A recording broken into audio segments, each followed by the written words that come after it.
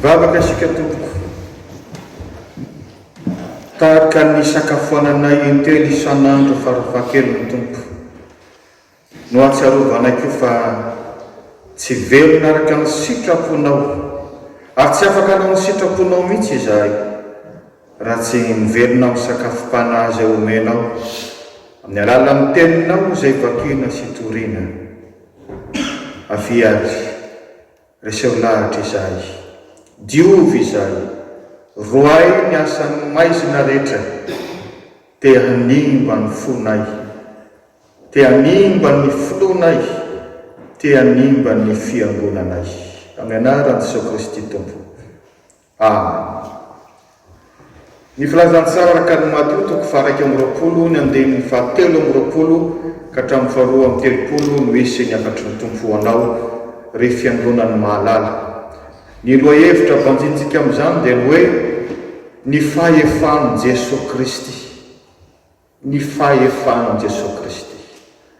Raha ny filazantsara araka ny Mateo manokana fotsiny jerentsika dia Jesosy Kristy mihitsy no milaza fa manana ny fahefana rehetra izy. Tatsika ao Mateo toko faha 20 andininy faha 20 izany. Efa nomena ny fahefana rehetra any an-danitra sy ety an-tany. Any an-danitra sy ety an-tany. Ny fahefana rehetra izany. Raha ity texte atsika ity mijarena Mateo toko faha 20 dia misy fomba anankiroa farafahakeliny nanehoana n'izany hoe izy ny tompon'ny fahefana. Ary misy dikany izany. Voalohany amin'izany dia izao: ny fahefan'i Jesosy Kristy no iarovany ny fanaovana ny asan'Andriamanitra. Mila arovana ny fanaovana ny asan'Andriamanitra. Ny asan'Andriamanitra nataon'i Jesosy Kristy ao anatin'ny marobe dia ny fampianarana. Rehefa tsy misy tokoa ny fampianarana, tsy mandeha ny asan'Andriamanitra. Ny andininy faha 20 amin'ny texte atsika dia milaza fa nakao mikianja amin'ny tempolo indray Jesosy ka nampianatra toy ny fanaony. Ary izay olona niaino azy dia samy natsapa hoe feno fahefana izany fampianarana izany. Hatrany amin'ny toko faha 7 izany no ambara ny andininy faha 20 fa 20. Talanjona ny vahoaka noho ny fampianarana satria nampianatra azy toy izay manana fahefana izy ka tsy tahaka ny mpanora-dalàna teo aminy. Misy an'izany tokoa, misy olona mba mampianatra ihany fa tsy misy fahefana. Ina moa ny dikan'ilay misy fahefana eto? Tena mahay milaza ny momba an'Andriamanitra. Ary Jesosy tena mahay amin'izany. Araka ny tenin-dra teo, izao sy ny ray dia iray ihany. Mahay manazava ny zava-miafy ny fanjakan'Andriamanitra. Jesosy tokoa tena mahay manazava an'izany, ary eto izy dia mbola miresaka amin'izany fanjakan'ny lanitra izany. Misy fahefana satria tena mandresy lahatra, misy aina. Ary ny toriteny sy ny fampianarana rehetra izay atao amin'ny anaran'i Jesosy Kristy dia Jesosy Kristy mihitsy ny manome hery sy fahefana azy. Izy mihitsy ny manome aina azy. Raha mbola mahatsiaro mahazo aina ianao rehefa mandray tenin'Andriamanitra dia noho ny amin'ny Jesosy Kristy izany. Tsy tiany ny devoly anefa izany ry havana. Aloha dia tsorina amintsika. Tsy tiany ny devoly mihitsy izany hoe mahazo aina tsika mandray tenin'Andriamanitra. Misy toriteny, misy fampianarana mba hampiroboroboana ny asan'Andriamanitra.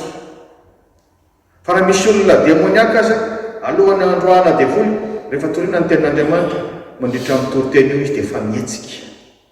Satria fa mandeha ilay asan'Andriamanitra, ary izay ilay tsy zaka amin'ny devoly. Ary ny olona izay tsy miambina dia hidira amin'ny devoly, atao amin'ny devoly fitaovana hanakatsakanana ny asan'Andriamanitra. Anisan'izany ny lohan'ny mpisorona sy ny loholona voalaza atao amin'ny texte atsika eto.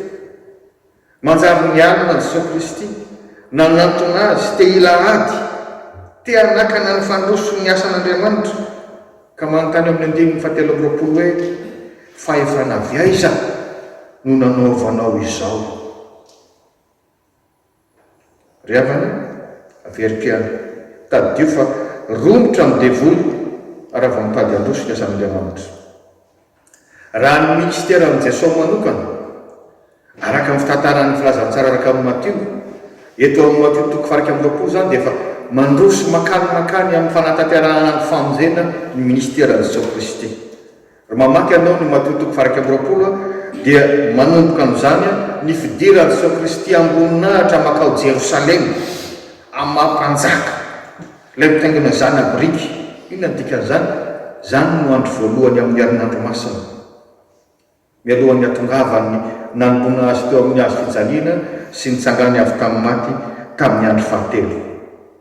Tsy teny Satana zany, rombotra amin'izany Satana mitady ny fomba rehetra nakatsakana ka ohatran'ny mila ady mihitsy le aloha misorona sy ny olona manatona an' Jesosy manontany fahefana avy aiza, ohatran'ny hoe commissaire manontany olona mpanao ratsy any amin'ny komisaria fahefana avy aiza nanaovanao an'izany rehetra zany. Raha tena dika midika teny satria tsy ray fampianarana fotsiny fa talohan'io Jesosy dia efa nandroka demoni nanasitrana marary manao toriteny, tsy zakany devoly zany.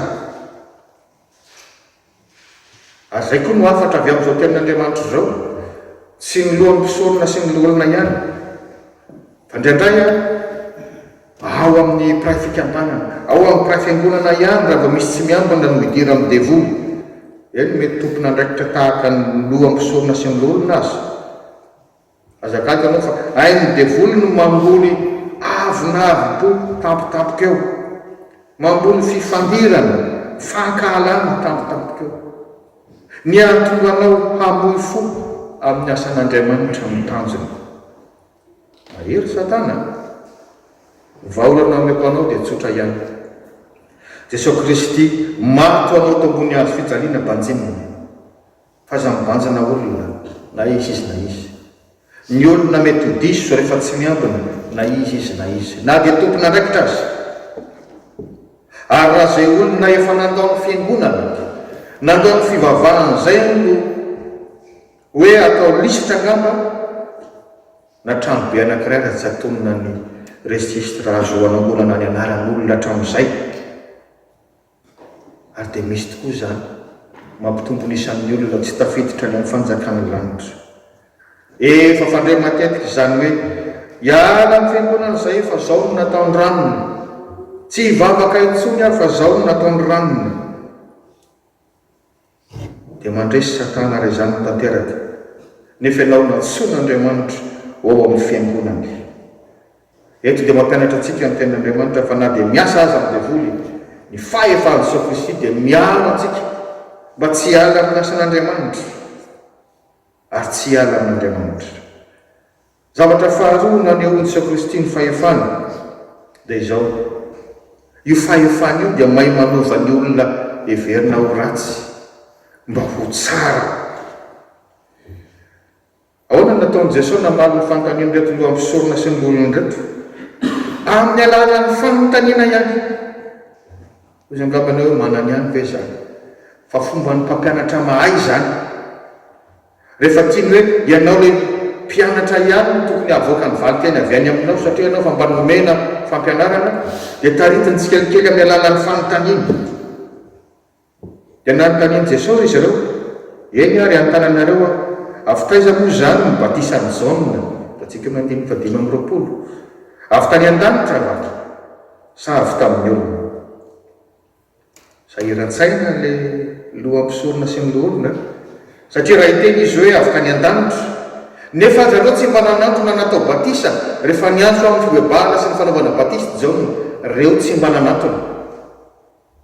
Dia fantany fa antany azy tsotr'izao Jesosy hoe ka nanino nareo tsy mba nanantona raha fantatrareo fa avy any an-danitra zany.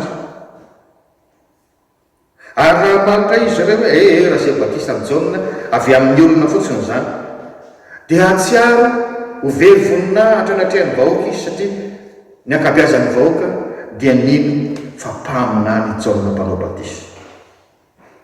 Haneriny aloha no nandangy mody tsy mahafantatra, tsy fantatray. Jesosy moa matakatra n'ilay fiatsaram-belantsika.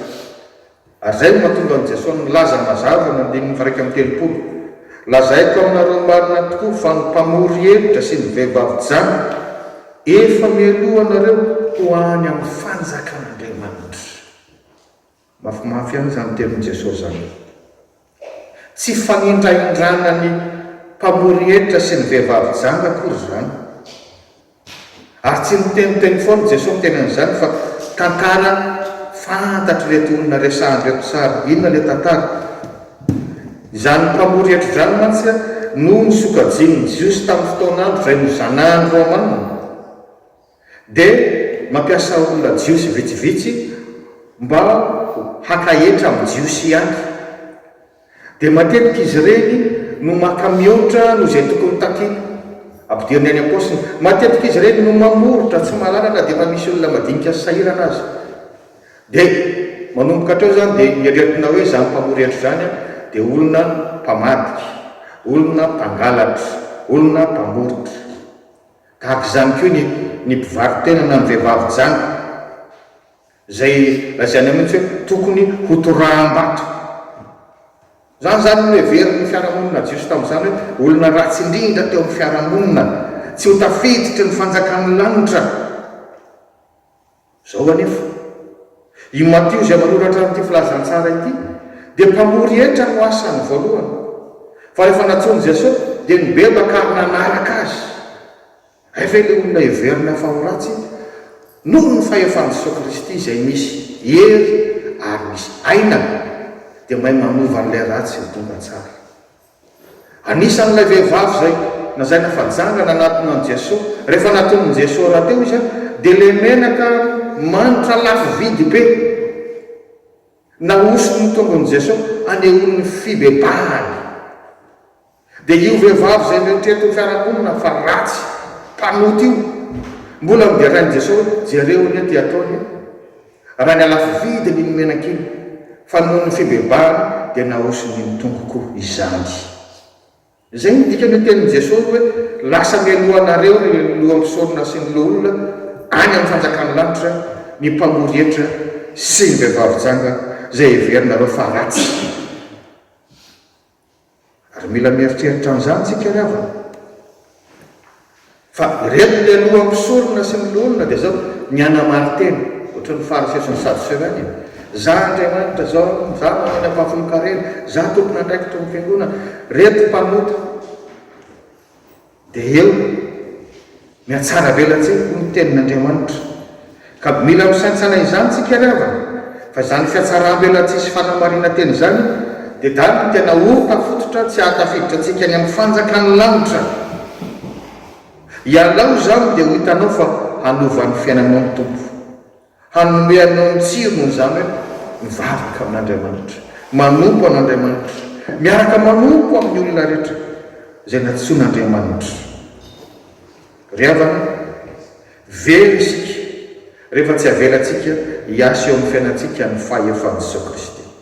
Zany masaitsika mivavaka, fa raha ny fanazavana soratra masina n'izany Satana zany ka mampatahotra, tena mampatahotra. Ny rambo ny lazain'ny bokin'ny Apokalipsy fa mahavita mampianjera kitana. Ho anao Jesosy, zany ahitany Satana latsaka velona avy tany an-danitra, tahaka ny tselatra, tahaka ny varatra, tahaka ny liona mierona mitady izay arapany. Ampiasana daholo zany kisary teny zany ilazana amintsika hoe raha zay ty nofotsika ity fotsiny tsy matohatra zany Satana zany, zany fanaratsy zany, zany le hoe nofo tsy maleo fana. Koa iaho hoe very isika raha mivavaka ihany nefa tsy miantehitra amin'ilay fahefan'i Jesosy Kristy, tsy mampiasa an'izany eo amin'ny fiainantsika. Izy ihany no atahoran'io Satana io satria izy no manana ny fahefana rehetra any an-danitra sy aty an-tany. Ny anarany ireny ihany no misy fahefana ary akahora amin'ny devoly rehefa tononona. Tsy misy asa sy fandroana devoly tanteraka izany raha tsy tononona amin'ny fahefana miloko ny anaran'i Jesosy Kristy. Tsisy zany hoe mahazo aim-panahy ianao rehefa miatrahan-tanana raha tsy tononona hoe amin'ny anaran'i Jesosy Kristy ary fahefana avy aminy nanaovana izany. Ka tena manadio sy mamelombelona anao tokoa. Tsara ny mamerina izany amin'izao alahady misampana fifoazana izao. Ry havana averina aminao indray mandeha indray ary fa tsy olona ny fahavalontsika fa ny devoly. Na dia misy olona verina fa manao ratsy anao azy. Mazava ny tenin'Andriamanitra Efesanina 4:9-12. Isika tsy mitolona amin'ny nofo aman-drano, fa amin'ny fanapahana sy amin'ny fanjakana sy amin'ny mpanjakana izao fanomazinana izao dia ny fanaratsy eny amin'ny rivotra. Tsy ilay olona mihetsika devolina mihetsika andro be no fahavalonao, na dia mety mahely fihetsika, mety mahavita mahadona maharary anao aza izy, fa ilay fanaratsy ao anatiny izay mampijaly azy koa azy. Ka aoka tsy ho diso fahavalo isika, fa tsy olona ny fahavalontsika, fa midevoly sy ny asa, ary tsy ny andro be sy ny ambala velona ihany akory no atao hoe asa midevoly, fa asa midevoly avokoa izay toetra ratsy rehetra tsy araka ny sitrapon'Andriamanitra, tahaka ny fiatsaram-belatsia sy ny fanamarina-tena. Izao sy ianao ve mbola hipetraka amin'ny toerany loha misorona sy milorona ihany, ilay mpanamary-tena dia faly ny hampanga ny hafa, manala baraka ny hafa, manaratsy ny hafa. Mety izany endry tena hibebaka mba hisy vokany aminao ny fahefan'Jesosy Kristy, ary tsy isan'izay ho lavina anao fa ho tafiditra ao amin'ny fanjakany lanitra. Ho an'Andriamanitra irery ny voninahitra. Amen.